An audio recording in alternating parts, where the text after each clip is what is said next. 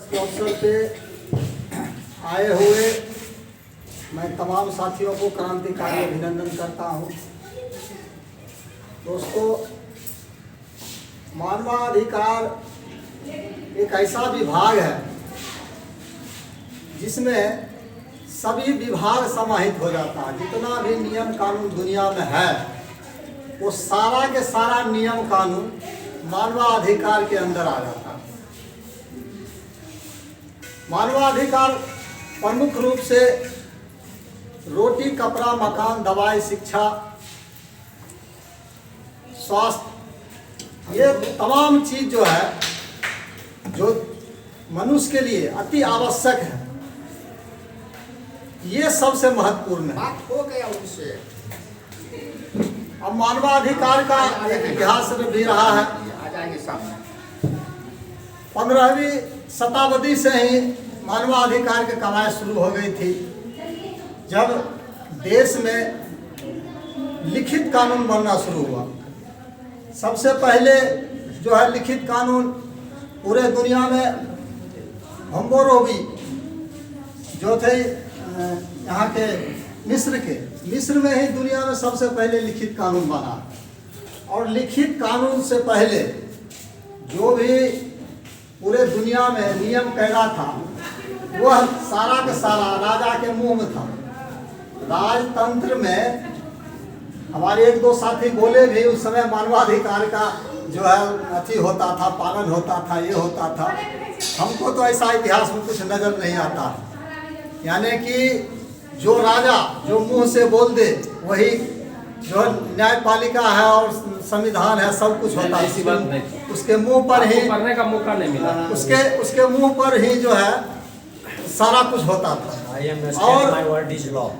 और जो भी राजा के खिलाफ विद्रोह करता था उसको दिन दहाड़े काट के जो है मार के सुला दिया जाता था।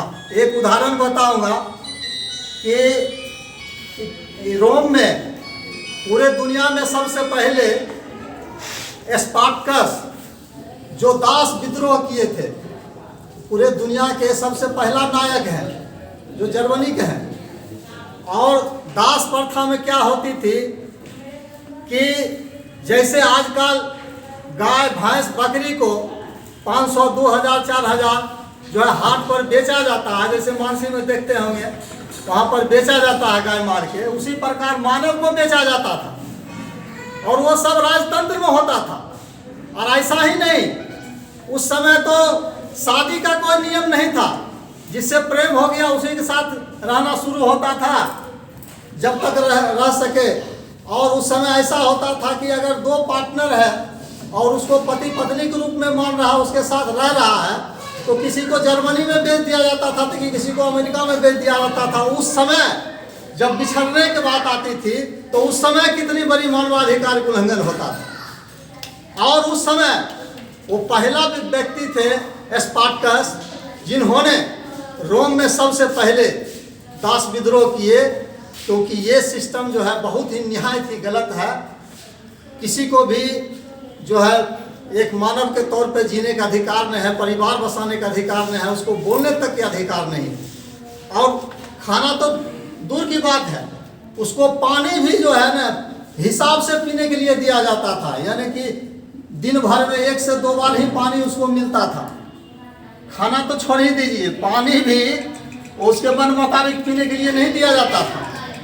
और उन्होंने जब दास विद्रोह किए, आप पढ़िएगा एक किताब जो है 72 ईसा पूर्व जो है एक दास विद्रोह का जो है एक किताब है, मेरे पास भी है, उसको पढ़ना चाहिए। और उसमें बहुत सारा चीज़ दिया हुआ।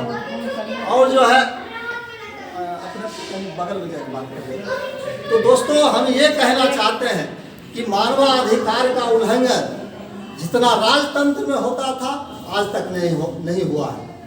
और जब वो दास विद्रोह हुआ और स्पार्टकस ने वहाँ पर जो है दासों के, गुलामों के जब आज़ादी के लिए लड़ना शुरू किए तो हजारों जो है उनके साथ आए। और उस समय जो है वहाँ के राजा जब दास विद्रोह को कुचलने के लिए कम से कम 10-12 देशों के फौज को बुलाया। और उसको जो है वहाँ जितने भी दास विद्रोह किए थे, जो क्रांतिकारी लोग थे, उनको जो है हजारों की संख्या में मारकर रोम के एनकर मार्ग एक सड़क है, मेन सड़क है, उस सड़क पे जो है मार के जिंदा जो है उसको टांग दिया गया था, छाती में कील ठोक के टांग दिया गया था, ताकि ये देखेगा और लोग जो है दहशत से कोई दास विद्रोह नहीं करेगा, किसी राजा के खिलाफ नहीं बोलेगा। तो इतना भयंकर जो है मानवाधिकार उल्लंघन होता था। उसके बाद जब धीरे धीरे उनकी संख्या बढ़ी, पूरे दुनिया में जागरूकता फैली, उसके बाद लिखित कानून बनी। सबसे पहले तो यूरोप में यानी कि फ्रांस में जो है करीब 18वीं शताब्दी में जाकर जो है इसको कानूनी मान्यता मिला मानवाधिकार के। उसके बाद संयुक्त राष्ट्र संघ ने इसको मान्यता दिया, तब आज पूरे दुनिया में मानवाधिकार दिवस मनाए जाते हैं। भारत के जहाँ तक बात करें हम कि भारत में जो है संविधान में 1953 में ही मानवाधिकार को जो है संसद से पास किया गया, और उसमें बहुत स्टेप बाय स्टेप सारा चीज़ उसमें दर्शाया गया है। भारत में आप देखते हैं सबसे ज़्यादा मानवाधिकार का उल्लंघन कहाँ पे हो रहा है? सफाई कर्मी के साथ हो रहा है। भारत में 1993 में ही कानून बन गया कि कोई भी सफाई कर्मी के कोई भी जो काम करते हैं उससे जो है मैला गंदगी नहीं उठवाना चाहिए, वो प्रतिबंधित है। लेकिन आज आप देख रहे हैं कि हिंदुस्तान के विभिन्न राज्यों में मतलब जो है 10 लाख से ज़्यादा जो सफाई कर्मी है उसको मैला ढोलवाया जाता है सर पे। आज वीडियो फोटो भी उसको आपको मिल जाएगा नेट पर, और बजाते जो है उसको जो है आप देख लीजिए, रेलवे विभाग में देख लीजिए, किसी भी विभाग में देख लीजिए आप, जो है जहाँ पर अभी जो है स्वचालित रूप से पैखाना नहीं बना, लेट्रिन नहीं बना है, वहाँ पर जो है टीना में रख के तो और चीज़ में रख के उसको जो है अथी किया जाता है, उसको सब सफाई करवाता जाए, इससे सफाई कर्मी से। ये सबसे बड़ी मानवाधिकार का उल्लंघन है। उसके बाद आप देख सकते हैं कि भारत में कहा जाता है कृषि प्रधान देश है, और यहाँ पर जो है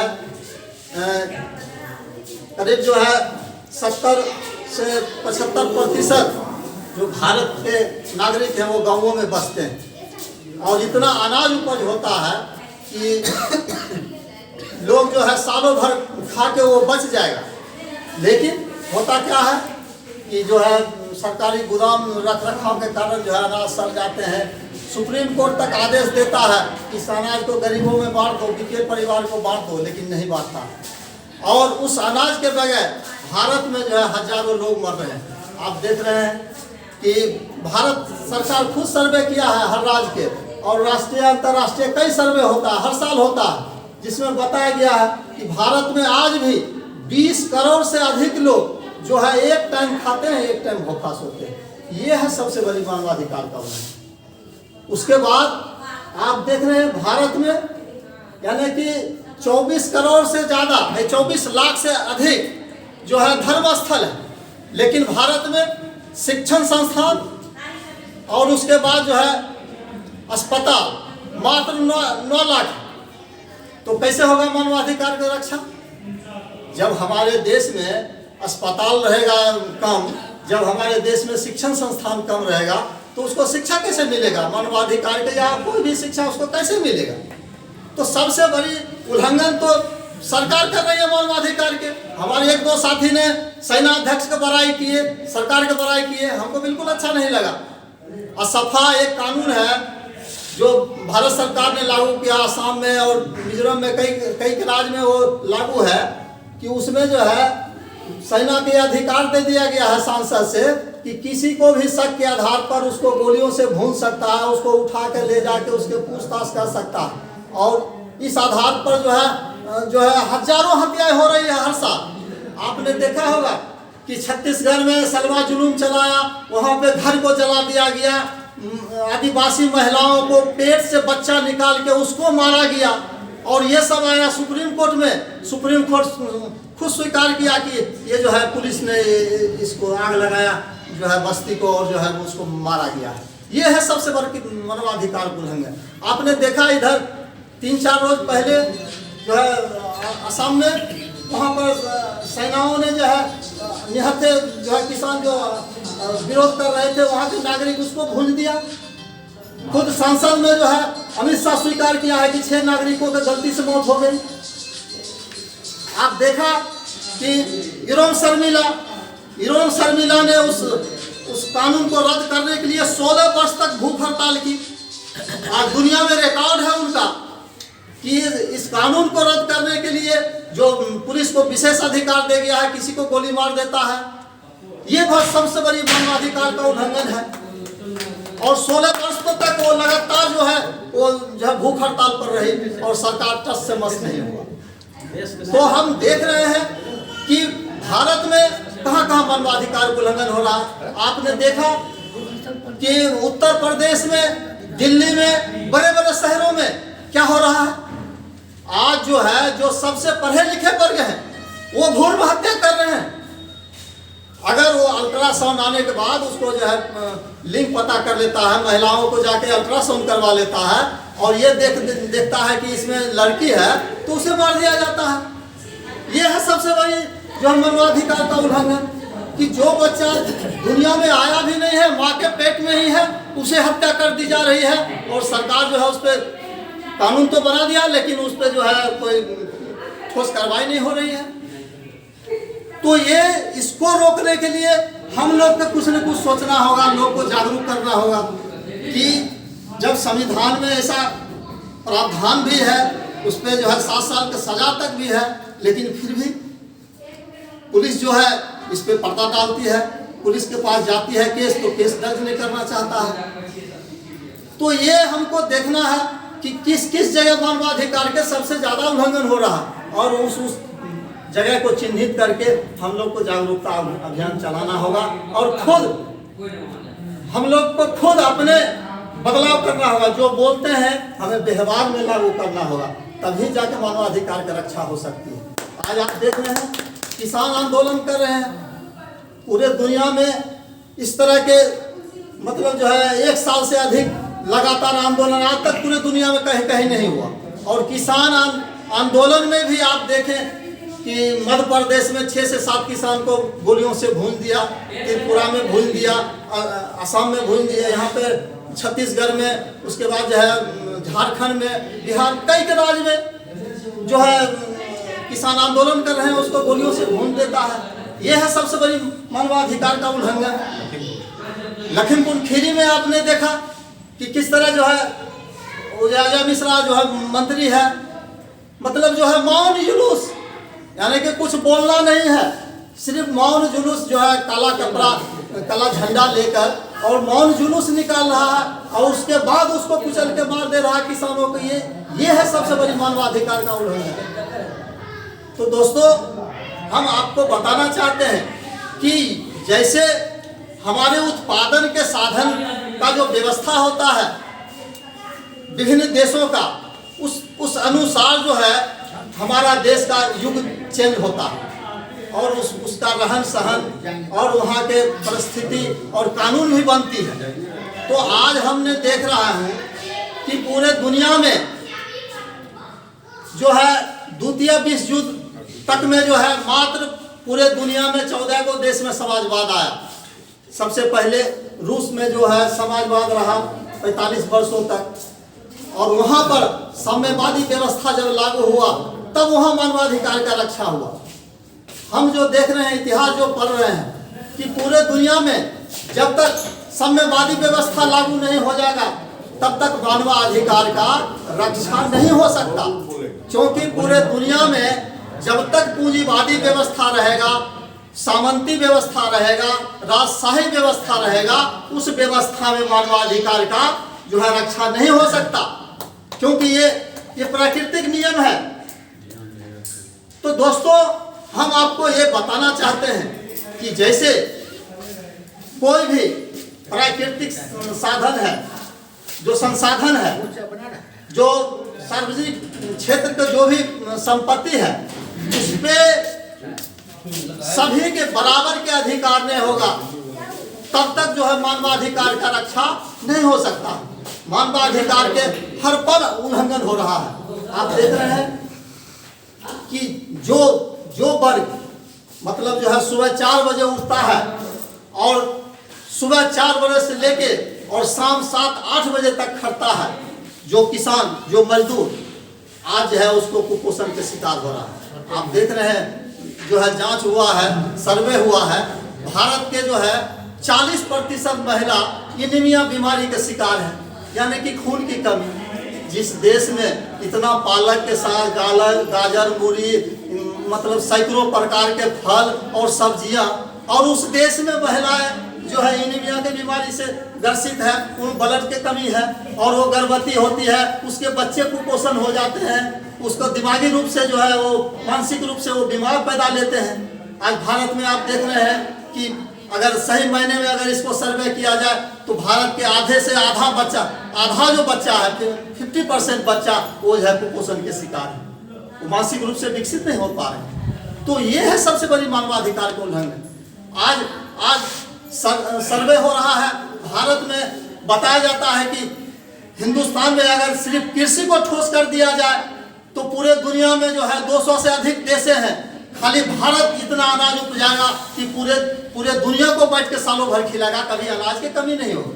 लेकिन आज क्या है व्यवस्था, आज क्या व्यवस्था है, यानी कि भारत में जो है आज मात्र जो है 20 से 22% जमीन पर खेती हो रही है, उसमें भी कि 80 से 90% जो है खेती वर्षा पर निर्भर है। आज जो है किसानों के जो है खेत तक जो है पानी जाने की व्यवस्था नहीं किया है सरकार, और ये जितने भी सिस्टम में जितने भी मंत्री मिनिस्टर हैं वो नहीं कर पाए हैं। तो कैसे होगा मानवाधिकार का रक्षा, हमारी भूमिका कैसे होगा मानवाधिकार का रक्षा? बेसिक चीज को जब तक हम नहीं देखेंगे, उसके लिए हम नहीं लड़ेंगे, तब तक हो ही नहीं सकता।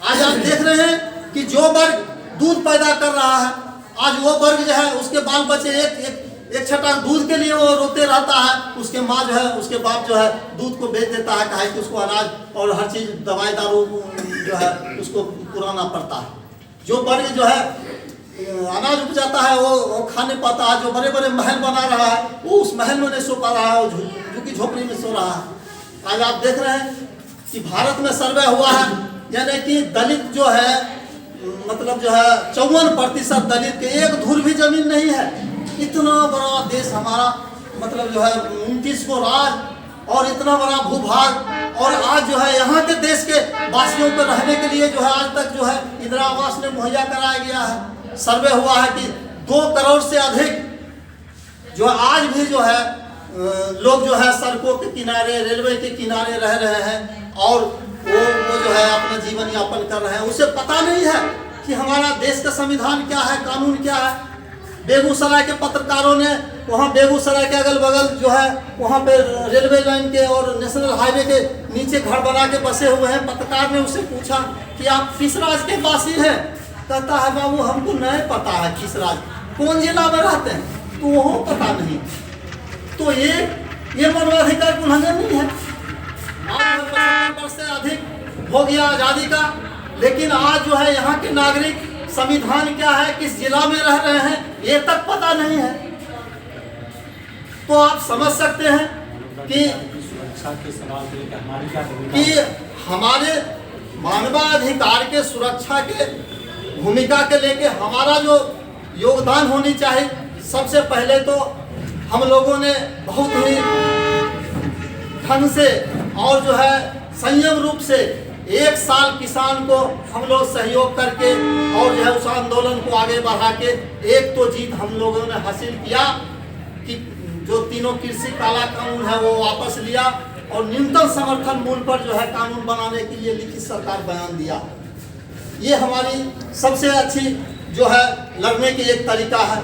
और आगे हम लोग को जो है इस चीज़ को भी जब आंदोलन हो राष्ट्रीय स्तर पर तो इस चीज़ को जोड़ा जाए कि मानवाधिकार का जो उल्लंघन हो रहा है उस पर हमको क्या क्या मांगे रखनी है। सबसे पहले हमें ये मांग रखनी है कि हिंदुस्तान में जो 20 करोड़ से लोग ज़्यादा इंसान जो आज भूखे सो रहे हैं उसको रोटी का व्यवस्था हो, उसके रोटी का व्यवस्था हो।